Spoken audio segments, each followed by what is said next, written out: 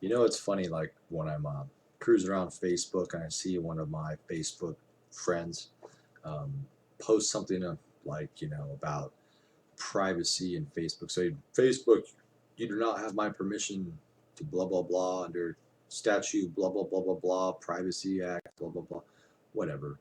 Like, people really actually believe that if they post some sort of disclaimer asking Facebook um, not to breach their privacy, they actually think that that actually applies and is applicable.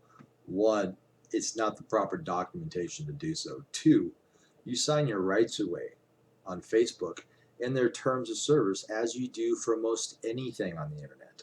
If it asks you to agree to their terms of service, you basically are signing your rights away. You do not have any privacy. You do not own your Facebook profile. Facebook owns your Facebook profile. Facebook is allowing you to use their social media site. Okay? They own that site, not you. So you can put whatever you want, you can put whatever laws, and you can cry about it. It's not going to make a fucking bit of difference. Just like on YouTube. It's funny when people post stuff that have copyright material in the video description, they're like, on the Constitution, law, blah, blah, blah, under the DMCA rights, blah, blah, blah, free act and, free whatever information right. Like that fucking matters. Same deal. If you agree to YouTube's terms of service, you agree. Whatever you post on YouTube is YouTube's property, not yours.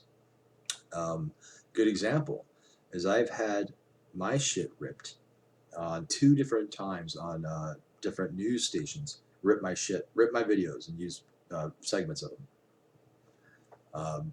They, nobody asked me. Nobody asked me. You know why? Because they don't need to. They don't need to. It's public domain. If I post it on YouTube, it is not my property. It is public domain. If it's anybody's property, it might be YouTube's. But either way, you don't have any rights. Assume that anything you post on the internet is not private. Okay? Just make that assumption and you'll be safe. Don't post shit that would be damaging or illegal if you don't want it to be seen. You don't post a shit on the internet. It's really that fucking simple. I mean, even on my network, even on Satanic International Network, if I want to read your private messages and go into your account and do so, I can. I mean, I built the site. Of course I left a backdoor open. I don't do that typically unless there's a problem, unless there's a user, people are complaining about a user harassing somebody else, then I'll go and I'll read through their private messages. It's not private. It's my site.